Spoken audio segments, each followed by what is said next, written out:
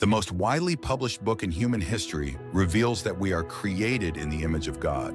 Throughout our human journey, each encounter is an opportunity to see the shared humanity in ourselves and others. Regardless of one's views on religion, each experience and each story weaves us together towards a common path of transformation, a process of growth and understanding, a recognition that, at our core, we share a common destiny. What does the search for truth really mean in our lives? How can we find a sense of unity in a world so diverse and divided? As we reflect on these questions, we start to uncover a fundamental connection that binds us all beyond our differences. Welcome to Created in the Image of God, Building Vibrant Communities, with our host, Wade Franson. Today's episode is Grace in the Grind. Hey everyone, Wade Franson here. It is episode 225, first day of March, and we're pre-recording, so I'm a prophet. We hope that the show will actually be airing on that day as planned. I have a guest in the studio that I've been talking to as we've been preparing for these shows over the next few months, and she's a Christian author, also a ghostwriter. And she has focused on trauma and healing based on her own life's experience. She's the host of the Faithful on the Clock podcast. We're going to unpack what some of these things are, but she provides a lot of psychological insight to those who want to chart a path of faith in confirmation with God, the Bible, and also the power to backhand the devil. So welcome to the studio, Wanda. Thank you so much, Wade. I'm really happy to be here. Well, I'm happy to have you, and I'm looking forward to getting into your life story a little bit here. As the viewers of the show know, we always like to really get to know the true person inside by going back into your creation story. Who were your parents? Where were you born? What were the circumstances and forces that shaped you before you took conscious thought to become who you are today? Tell us a little bit about that little girl, Wanda, growing up. Sure. So my parents were Ernest and Margaret Hebert. I grew up in Caseville, Michigan. And if you don't know where that is, it's in the tip of the thumb, very rural community, very small town, maybe 1,000 people in the town. So I like to say it's the land of the corn. But so it was very rural. But growing up, because of that, we did not have a lot of resources growing up. And my parents, they really struggled with that. We had to constantly struggling against poverty. So part of my struggle growing up was just, getting basic necessities. I was always worried that we wouldn't have enough money. I would, other kids were doing things out in school, and I was just trying to figure out how I could pay for those things myself, like basic things. So that was pretty difficult, but it was an interesting time growing up there too. So, what kind of work did your parents do? Obviously, wasn't bringing in a lot of money, but I'm sure they were doing something. Yeah, so that was a really interesting situation because my parents were quite older when they had me, and so they were actually retired. So, they weren't actually able to work that much, but we did have a small farm. We brought in some income from that. Prior to that, my father had been the chief of police in Caseville. My mother had wanted to be a teacher, but when she, married my father, she just became a homemaker. At the time that they got married, that was still very much the thing, for the women to just be in the home. So, we were just trying to make ends meet that way.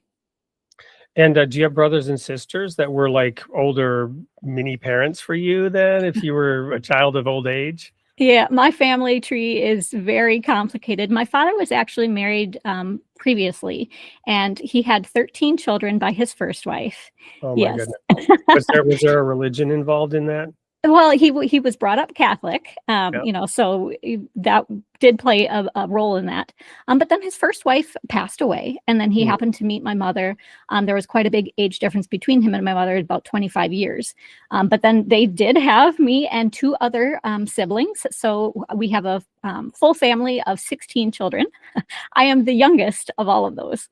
That is amazing. I'm glad I asked about that. So I want to ask though, given the psychology connection, I remember a few years ago studying into Jung more than Freud, a little bit of Freud, but more about Jung. And it's, Freud, I guess, diagnosed Jung as having money issues, right? He Mhm. grew up sort of on the outside of the elite society. Freud came more from money and society, and Jung was always kind of a social climber, married somebody who had money. And he, so when we think about psychology, that comes to mind for me.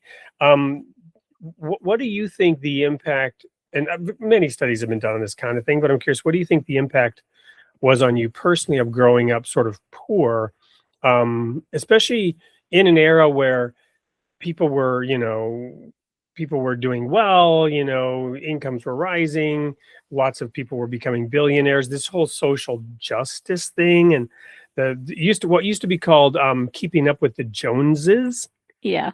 has become something entirely different in society today, where we're constantly seeking for equality and justice. And how do you look at that whole material thing of poverty versus wealth personally? Well, I will say, just to clarify too, with the area that I grew up in, nobody really had a lot of money. Like that's just kind of the way that the area is. Farming communities, that's really common. So nobody was really rolling in it. So I think, my story there is not necessarily that unique. But in terms of really not having anything, we were one of the poorer people, or communities in that area. And so, when I think about that, for my personal experience, like I said, it was really difficult just to kind of get a sense of stability. It's not like people were going out and doing a ton of things, but it was still this feeling like I didn't have footing, and like I really had to just kind of be working extra hard, even though everybody else was working hard as well, but just like going the extra mile. Like there was just never any real feeling like I could rest at all. Constantly seeking new opportunities to use what I could to basically, as they say, get out of Dodge and make something. So I mean that shaped me pretty hard. Yeah. I ask also partially because my senior year of high school, I lived in a tent in Mhm. Alaska to get through. Now we didn't have an attitude of poverty. This was a choice because my dad wanted to get ahead. So he bought a piece of land and moved us out there and was building a house because he wanted to get out of having to rent. He Sure. had also remarried, had a now larger family, and because of circumstances and past whatever, um, hadn't put away a lot of retirement funds. So he's renting a very large house. And to get out from under that burden, he bought a piece of land and built a house Okay. to become financially independent. So it wasn't kind of a poverty mentality per se, but it was an attitude of, we're going to do whatever it takes to get ahead and to get on top of things. Sure. Is it kind of similar what you're describing, or? Yeah, yeah. I want I don't know if any of your listeners out there are Star Wars fans, but I have this mantra that I have picked up from that. You might have heard of it. Do or do not, there is no try. And the reason why I bring that up all the time, it's not that, I think I can't make mistakes or anything like that. It's that growing up the way that I did, there really wasn't any alternative. You had to do it. Like there was no, oh, well, maybe, if it doesn't work out, I'll do like, no, like you just had to figure it out. So, that kind of became my operating system, from a very early age. So, I didn't have a whole lot of, help navigating things. I just had to figure it out. If I wanted something, well, I better, look things up. I better earn the money myself, so that's kind of shaped how I work even today. And but I will say it's kind of a double-edged sword, because it kind of, pushes you a little maybe harder than it should. But at the same time, it's given me this pretty hard resilience, because it's pretty amazing what you can do when you think not backing down, if you can't back down, that's not an option. You know what I mean? That you just have to figure it out. Like you persist way longer and you get it done. Yep. And so then going through all this, then as you were, getting through sort of the high school years and figuring out what you were going to do, what happened then next for you on your journey? Well, high school, I had always been really interested in music. I was always writing. So I had gotten some scholarships to go to college, which I did for music.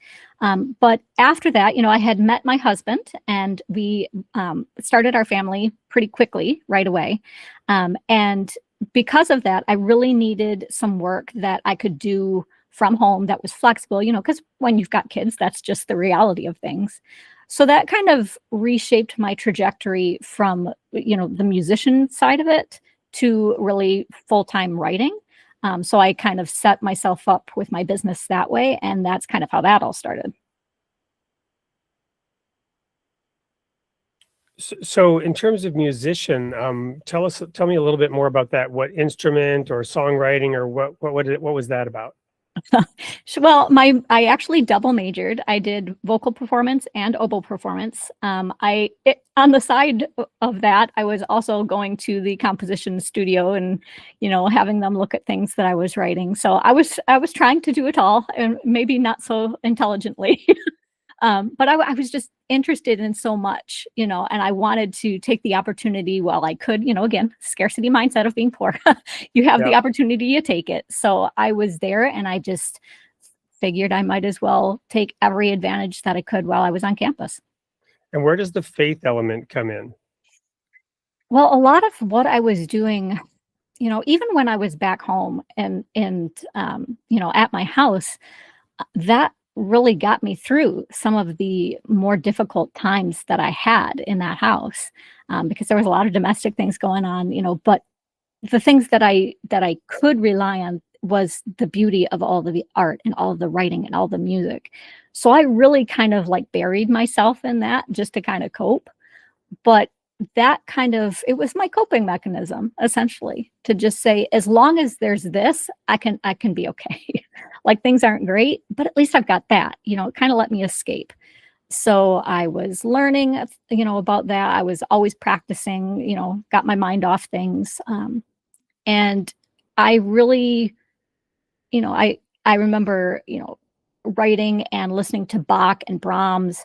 And I'm like, there's definitely, like, as long as there's that, there has to be a God. Like, there's, no matter what's around me, like, it just grounded me to like know that that was there. And so that kind of like, I wasn't being taught about God, but that kind of proved to me that he was just present. And like, I just kind of felt it. And that to me, like, was my education in faith, like just doing those kinds of things. Well, I have a quote in the intro of my first book, which is from Sir Thomas Beecham, who's a British conductor. And the quote is that the function of music is to release us from the tyranny of conscious thought. Mm-hmm. And I'm sort of picking up on the divine, the beauty that's inherent in something that powerful that was reaching you in that way. So what about, did you go for religious training or education? Did you get involved in a church or something? How did you then pursue that path of faith? So to be very honest with you, I kind of ran from it in every way that I possibly could, like, because there was just so much going on in my life that because of all the things that had gone on at home, like, I did not feel secure with God at all. Even though, like, I knew from everything that I was doing that he was present and I was connected to him that way, there was still, I describe it as like there's this glass wall and I'm on one side of the glass wall and he's on the other. I can see everything that's going on, but I can't access him. That's how it felt.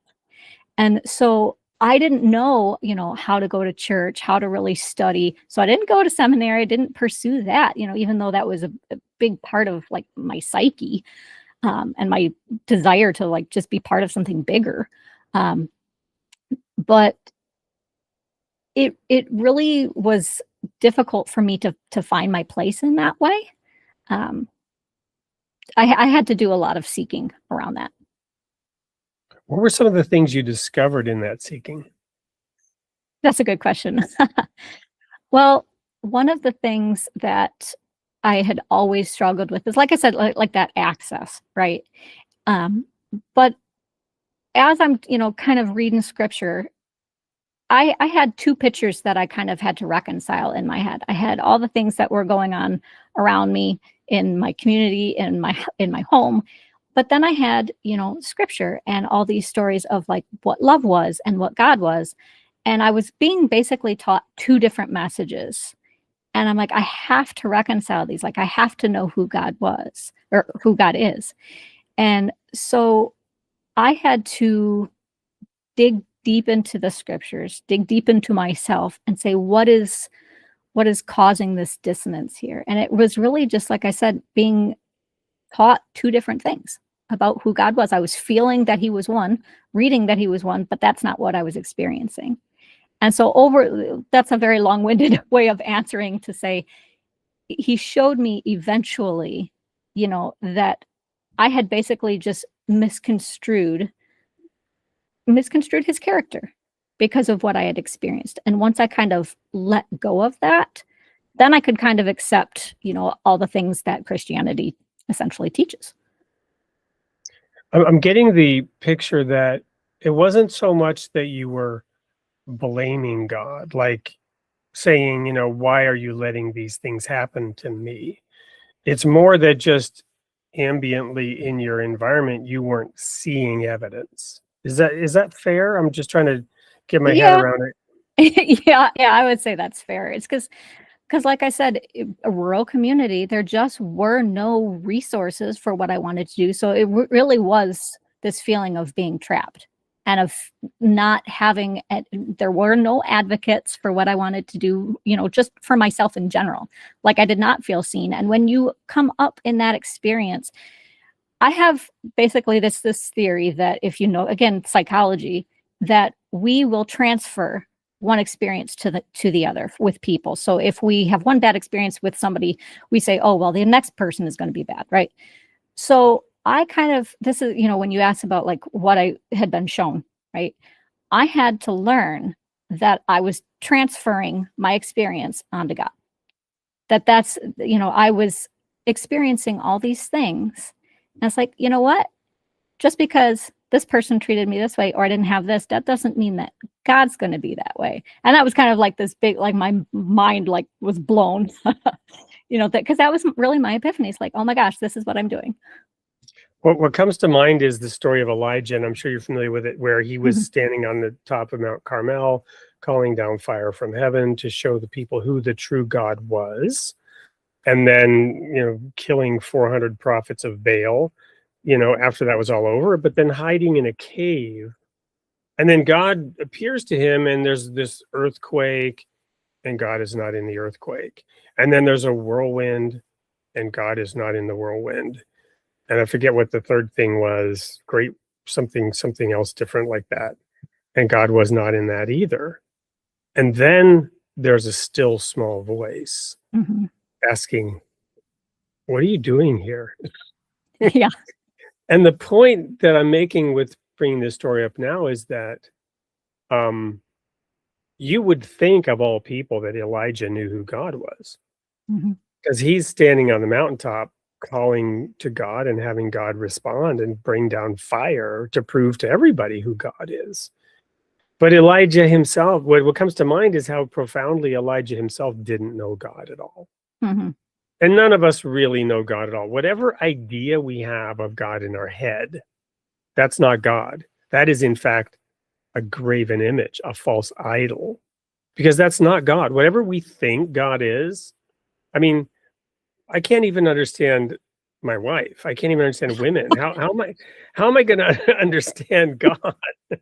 Yeah. You know what I mean? So what I think I know about God, it's just my fantasy, my view, and it's a working hypothesis. We got to have that. Sure. I refer to it sometimes as, our pea brains cannot comprehend. We try, we really do. And Right. And I think especially today, we all think that we have our right concept of who God is and what he represents. And I think, quite frankly, that's why we don't get along, because we're all saying that we represent him. And in reality, nobody really does, because we don't, like you said, we don't really know him. We can't, and that's not our fault. We just, someday, when resurrection comes, we will understand. But right now we have pea brains. That's all we've got. Yep. Well, that's probably as good a point as any to take a break. When we come back, we're going to dive into what you're doing now, the podcast, Faithful on the Clock, and a lot of other stuff. Don't go anywhere. We'll be right back with more of Wanda Thibodeaux. See you shortly.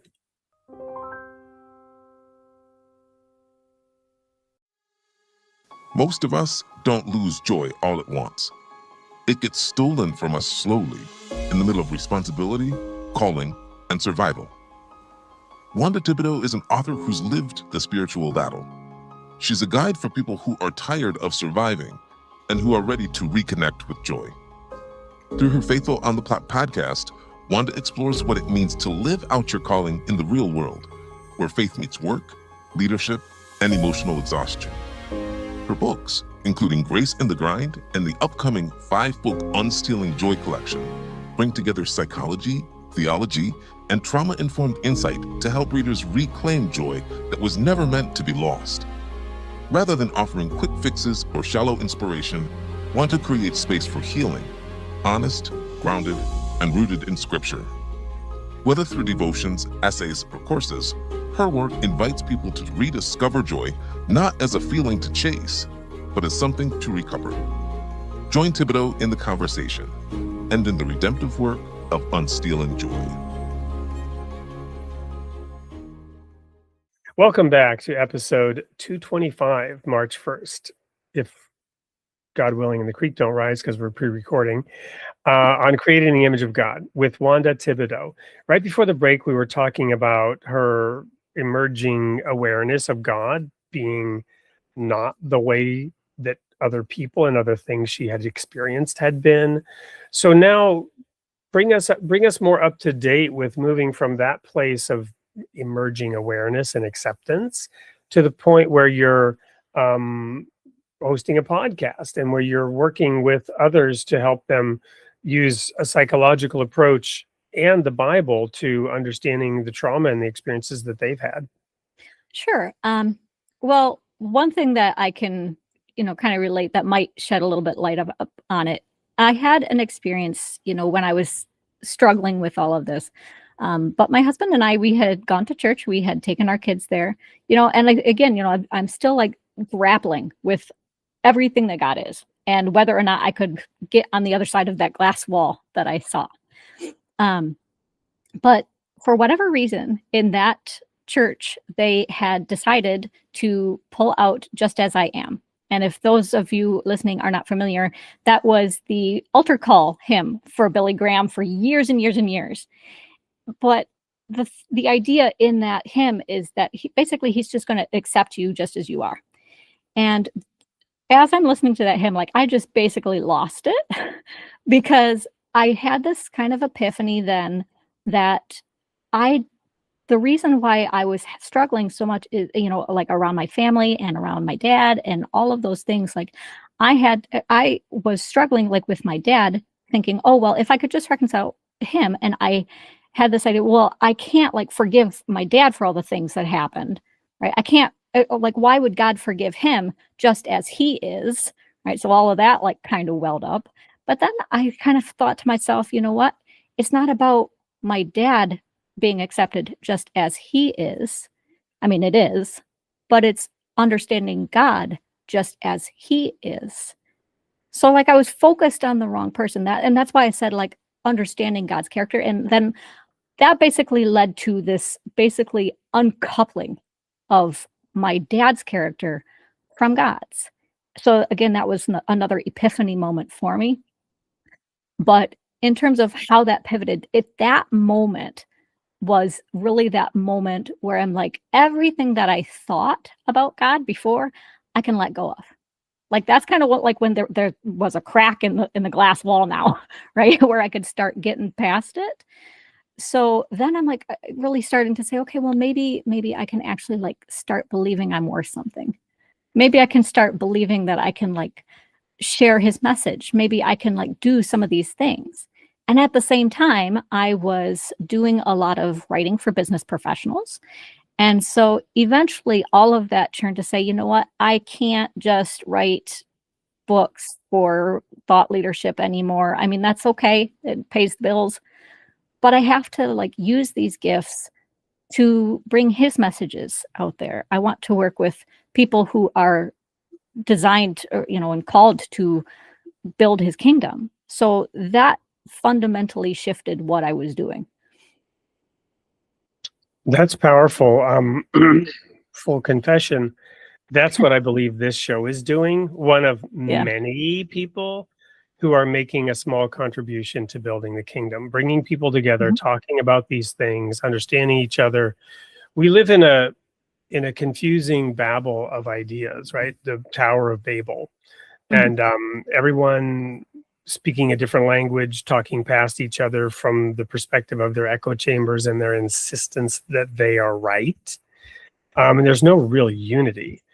Even in the Christian church, for literally millennia, Christians have been condemning each other to hell over their differences. It's shockingly profound when you think about it, and how it has to change, right?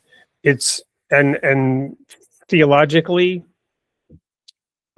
Satan is the accuser of the brethren. That's his job, to bring accusations before God.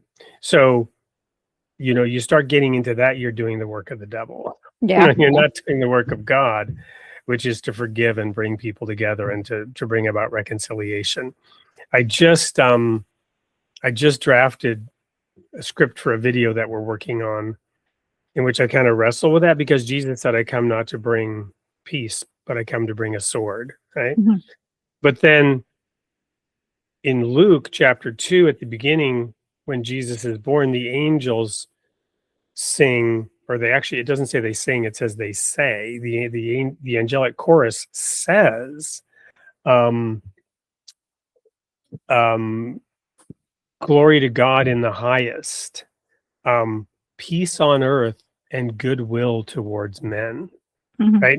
So yes, his purpose is to bring peace, but he's predicting negatively, prophetically, that that's not going to happen when he says, I come not to bring peace, I come to bring a sword, and a man's enemies will be those of his own households.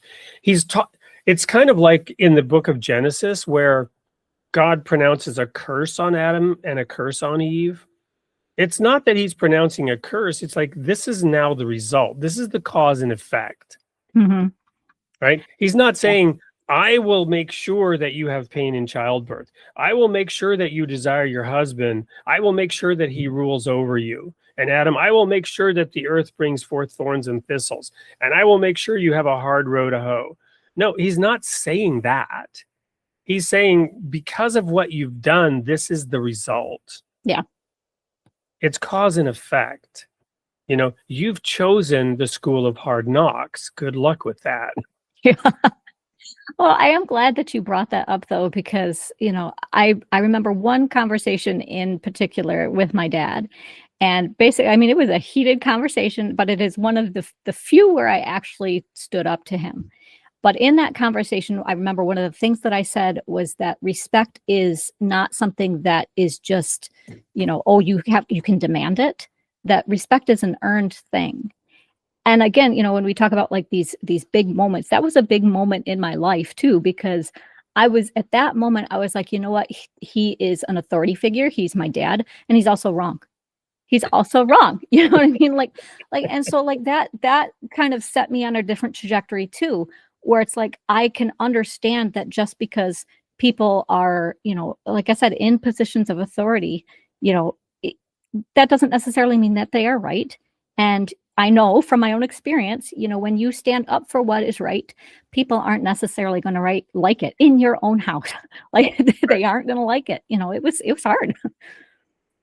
Yeah. So I forget how we got off on that tangent, but something to do with the Tower of Babel and all these different opinions, and but it was something that you said that I went off on.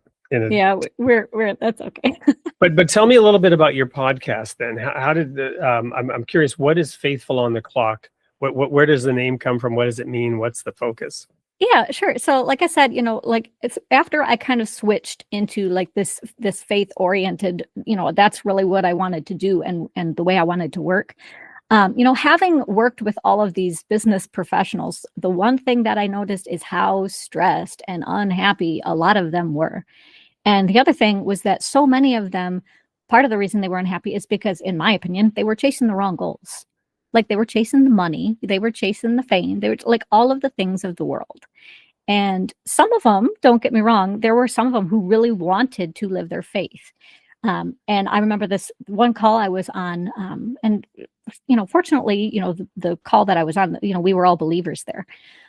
But she just broke down and cried because she's like, I don't feel like I'm making a difference, and I don't feel I can talk about my faith. And I'm like, there's got to be a better way. It should not be this hard to reconcile your faith, which you have to, that's foundational for your value system, and the work that you do. Like those two should align. Like if you're using your spiritual gifts and you're called to do something, your work should reflect God. It should not be in conflict with him. So the whole idea between for Faithful on the Clock is let's bring those together. Let's align your faith and work so that you don't have that dissonance happening all the time. Because I tell people all the time, 8 hours a day, that's how long most of us work, if not more. That's a long time to not be aligned with your value systems and your faith. Like that's tough. And you're not authentic if you're doing that. So I'm like, can you imagine like how, and I think a lot of your listeners can maybe relate to that they can't let their guard down. I can relate to that. Yes. When I resigned from the ministry in 1995 and I went into business, and my second book is called The Hardness of the Heart. And it has to do with a gut-wrenching divorce I went through, but it also has to do with that journey through this world's corporations. I found myself very successful working for Deloitte Consulting as a management consultant with a very high bill rate, advising some of the top corporations of the world. But I was trying to reconcile my faith walk within, and I looked to examples like Joseph in Egypt serving under Pharaoh, Daniel serving under Nebuchadnezzar, and I tried to imagine those were some of the lessons, but it was hard because you saw this stuff going on and all these demands, and yeah. Well, and that's part of it too. I mean, I understand, from seeing it firsthand, that when you're trying to work in the corporate space. Now, don't get me wrong, not all businesses are like this. Okay, like I don't want to throw everybody under the bus and just say, oh, business is bad. That's not what I'm about. No, and that's not at all what I'm saying either. So thank you.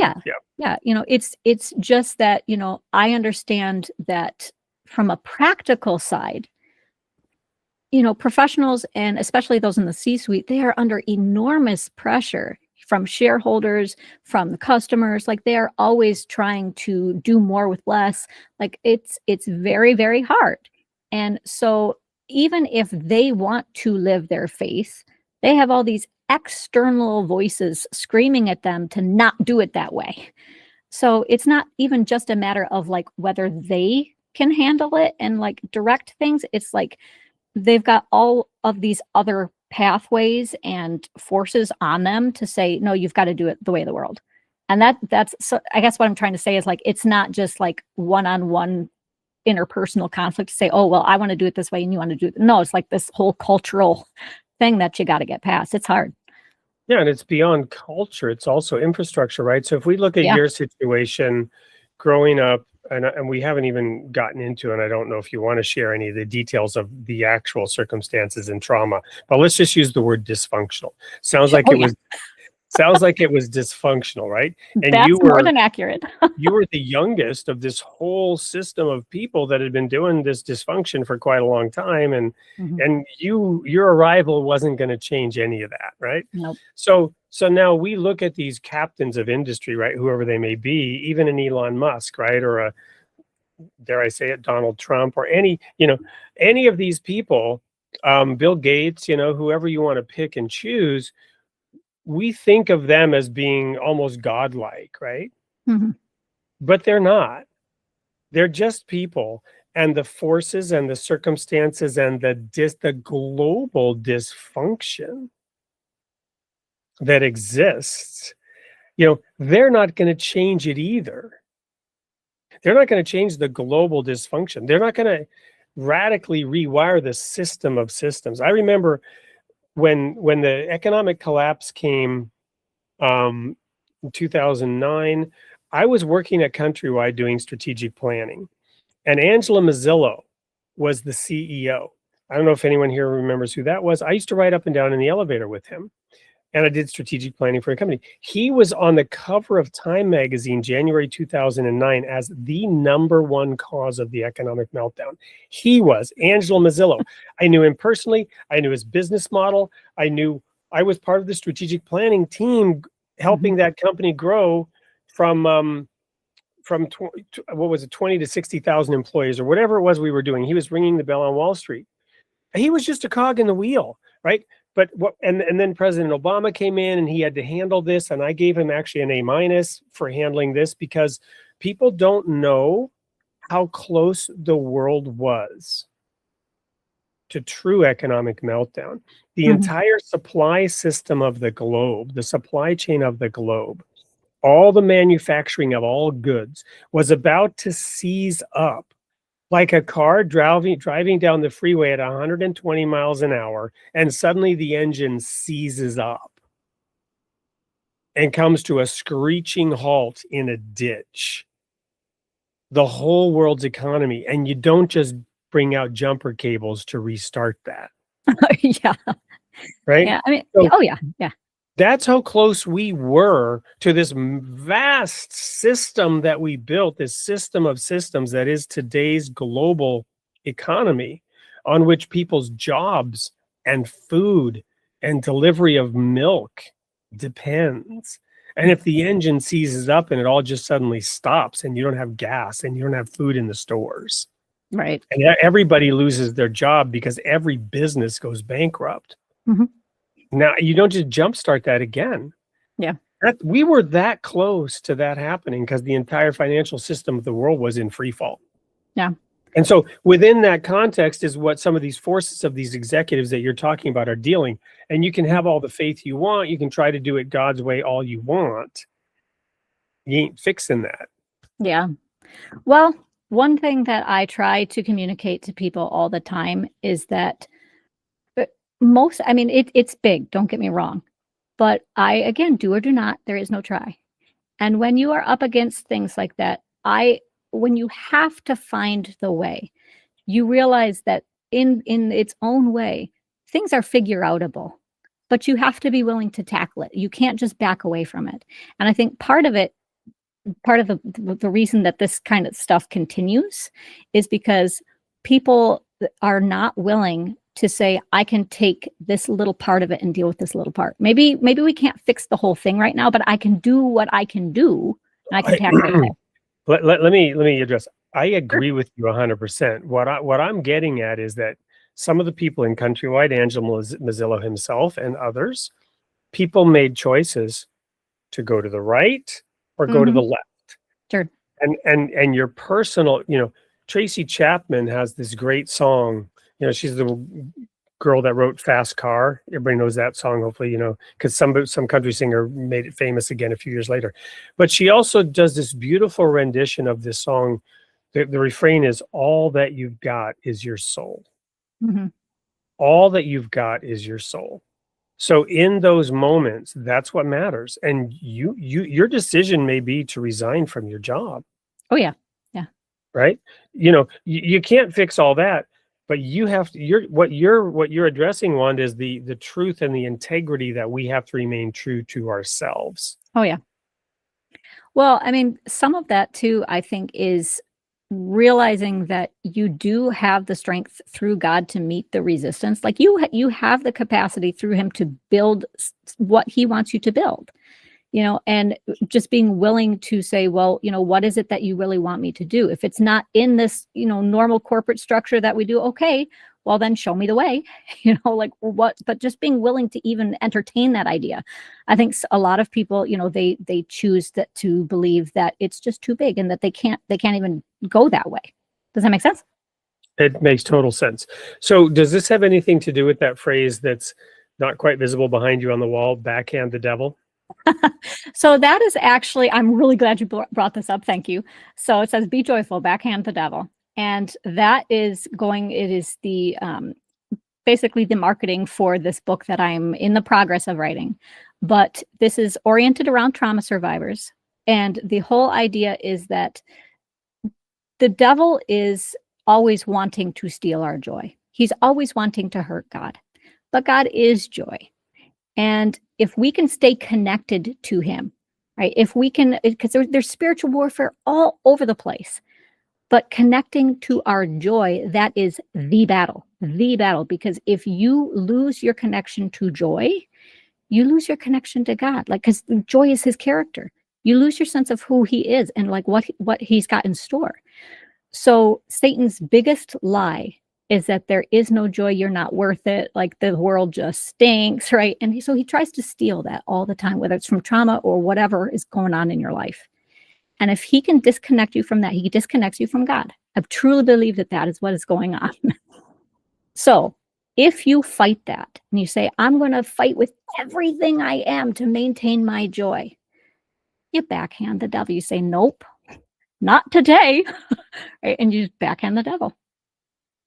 Well, that's, again, a great place to put a pause for a moment. We're going to go to a quick commercial break. When we come back, we're going to talk a little bit more about how to do that and where are you growing next. Don't go anywhere. We'll be right back with more of Wanda Thibodeaux on Created in the Image of God.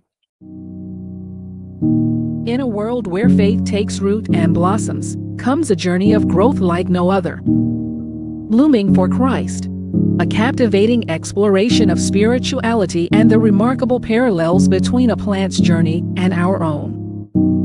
Just as a seed must germinate to become a thriving plant, our spiritual timeline begins with a single decision. Through the insightful words of Reverend Barbara Brian, this book takes you on a transformative quest. A journey of growth that echoes the stages of a plant's life. From the tender shoot of a young believer bravely facing the world, to the full bloom of faith experiences shared and cherished. As seeds of faith are sown, new believers are nurtured, and the cycle continues just as God intended. But the journey doesn't end there. As the plant matures, so does the believer, becoming God's chosen harvester in gardens of divine purpose. Reverend Brian's guidance, rooted in scripture and wisdom, gently leads you through the seasons of your spiritual life. Join us on this journey of discovery and renewal, a journey that unveils the beauty of your faith and the transformative power of God's love. Blooming for Christ.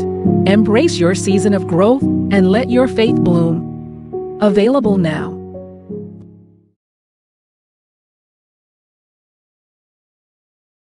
Well, welcome back. We're coming into the home stretch, and I don't want this to end because I'm learning a lot and I'm really enjoying it. So Wanda was just telling us about, being joyful is backhanding the devil. Unpack that for us one more time, and then we'll get into where you are growing next. Sure. Well, the basic idea is just that God is a God of joy. And our whole job, our whole purpose is to reflect that joy back to him. But Satan really, really wants to hurt God. And so he's like, well, if I can disconnect you from God's joy, then you can doubt his character. And if you doubt his character, then it's very easy to say there is no God. So the best thing that you can do is fight for your joy, even if it's just, putting your hands on your warm coffee cup and just taking that in, like just anything you can do to stay connected to it. That's a backhand to the devil. And again, for music fans, there's this great album by Lucinda Williams. This is a few years ago, called Car Wheels on a Gravel Road. She's got a song in there called You Took My Joy and I Want It Back. It's a powerful song that's coming to me right now. So what makes you joyful these days, Wanda? Where are you growing next? What's next on the horizon for you? You mentioned you're writing this book. I'm sure that's a part of it. Yeah. I would say definitely for me, I am getting a lot. I would say I'm basically going through what I would refer to as a cognitive reckoning. And that is basically just really understanding how my mind works, the gifts that I do have, discovering more of what God wants me to do. And so I describe this kind of like, I've kind of always had this idea that, if you've ever like stood at it outside at night and looked up at the sky and it's just like so expansive, right? Well, for me, when I think about God, it's a lot like that. But then it's like this mandala opens and it starts to spin. And I never could quite get inside of that. It's like, well, that's God. But I'm, again, like, other side of the wall, right? But now understanding, like, my brain is constantly spinning, it's constantly making me, and that's okay. Like, that's how he made me. And so now I kind of feel like it's this weird place where I'm like inside God, and it's just more integrated than it was before. So that is like, that fills me with joy. Like that, like, because it's really reorienting my understanding of who he is and how I need to work, because I'm accepting who I am and the gifts that I have and how they might, play into everything else that I'm going to do. As you do that cognitive restructuring, do you feel like you're getting, this is coming way out of left field, That's do you okay. think you're getting any closer to, and it's based on a conversation I had earlier today with somebody who's also going to be on the show in the near future, but do you think it somehow relates to Jesus' statement, if you had the faith of a mustard seed, you'd tell this mountain to pick itself up and throw itself into the ocean and it would do it? That sort of cognitive restructuring to begin to get your mind, it's hard to say get your mind around God, but to get your mind off of whatever pea brain version of God you had. Right. Well, I mean, it's just a really interesting thing, because I think I had more faith than I thought I did. It's, like, in a way, I would say that I knew God as best as I could, given the circumstances that I was in. But I always had this feeling in my gut of what his character was. That's what made me stand up against certain things that I was encountering, right? Because, like, I can't be the way that I see it. So, as I'm thinking about who I am and the things that I need to do, like, I think my faith was always there. I just needed to walk into it. And I just need to say, it is okay to be connected to God. Like, that's where I'm supposed to be. Because I really wasn't sure of that before. I really wasn't sure. Like, I believed in it, but I just felt disconnected from myself. Yeah, Like, those things can be true. Yeah, you weren't worthy, because I've repeatedly said, especially in the last few months, this is really sinking in for me. The whisperings of Satan is just to plant a seed of doubt, right? Not to outright challenge and the result of that was God calling to Adam and Eve and saying, who told you you were naked? Right? And that doesn't mean who let the cat out of the bag that I created you without clothes, right? That's not what he's asking, right?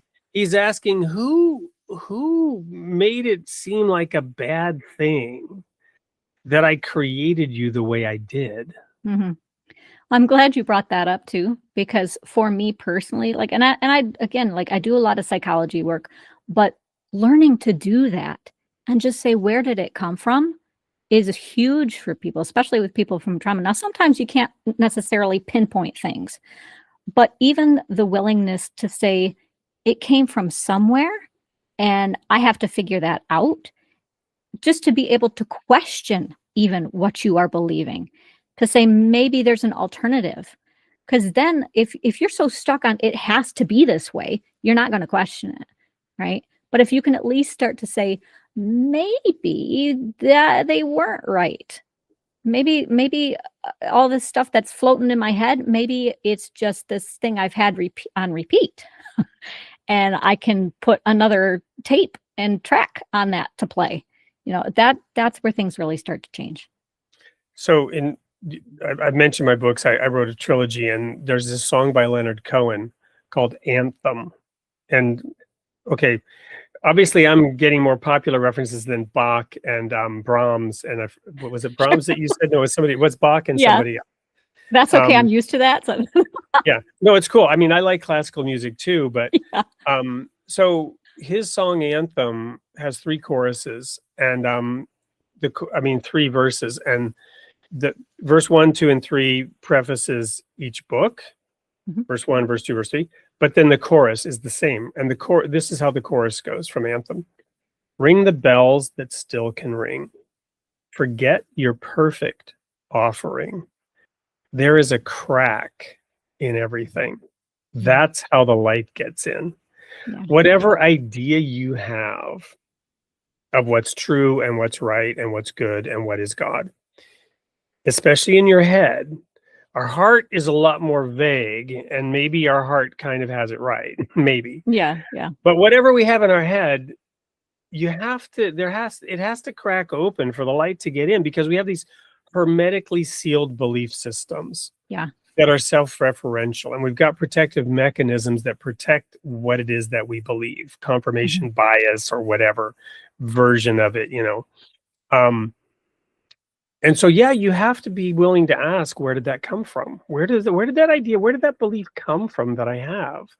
And it's not the same, where I'm not suggesting throwing out babies with bathwater. Sure. But it's very important to let that light seep in to help us change and grow. The seed has to die in the earth for the plant to emerge. And then it goes through all these stages before it becomes recognizable as what it's going to be. And then it has to have blossoms and get pollinated to bear fruit, and all these changes. Yeah. Well, there was a poem that I wrote a long time ago, and it's basically, you are the thing you are. And that's the idea, when you're talking about the seed, like if you have an acorn, right? Inside that acorn, you always have the potential to be the oak. That's always there. Like that, there's no debating that, right? But the acorn hasn't become the oak yet. Right. But you're seeing your potential. And I think that's kind of like how we need to see ourselves sometimes. Like our potential is there. We are the oak. We just don't know it sometimes. Because I certainly didn't. Right? Does that make sense? Absolutely. Yeah. And it's God that sends the rain and the water and the sun. Yeah. All right. Well, we're just about out of time. What thoughts do you want to leave the audience with today? And is there any place you want to point them to connect with you or what you're doing? Well, sure. I have a devotional that you can check out. That's on Amazon. It's called Grace in the Grind. If you want to just connect with me in general, you can go to my LinkedIn page. It's got everywhere else that I am, so start there. And if you want to check out my faith-based writing, that's at faithfulontheclock.com. But as a final thought, I would just say the spiritual warfare is worth it. Like I said, to backhand the devil, fight for that as hard as you can. No matter what lies he's told you to get you to disconnect, you can reconnect. You can uncouple those ideas, those thoughts that people or other, he has put, the devil has put in your head. You can fight that, but it's got to be an intentional choice. Little steps every day. You can fight it. Awesome. Wanda Thibodeaux, thank you so much for being with us here today. There's one more thing that I have to do. Well, a different version of me, an alternate reality version of me, which is a little recording of me and next week's guest is coming on. It's called The Sneak Peek. So stay tuned for the sneak peek for next week's show. I don't even remember who's coming on next week. But stay tuned for that, and check out Wanda Thibodeaux on Faithful on the Clock. What was it about the grind again? Sorry. That's my devotional, Grace in the Grind. Grace in the Grind. And check her out on LinkedIn. That's THIBODEAUX. Wanda Thibodeaux. It's just really been a pleasure having you here. You are a joy, and I've really enjoyed getting to know you and learning about you and your perspective. And everyone listening in, remember, you're created in the image of God, and God loves his creation. We'll see you next week. Take care.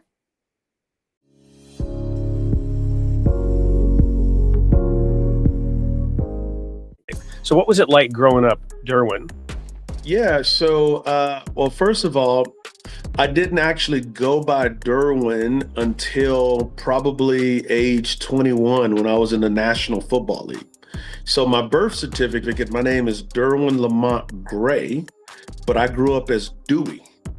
And so I grew up on the west side of San Antonio, Texas. One of the things that when you're able to look back with eyes that are now 54, you realize that life is hard and things take place. So when my parents grew up in the 70s and 80s, you didn't talk about mental illness. You didn't talk about substance abuse.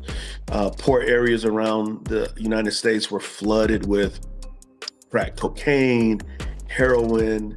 And so, they both struggled with various issues of substance abuse. Both of them went through incredible rounds of trauma, even things that I don't know the full extent of. And so they were babies trying to raise a baby.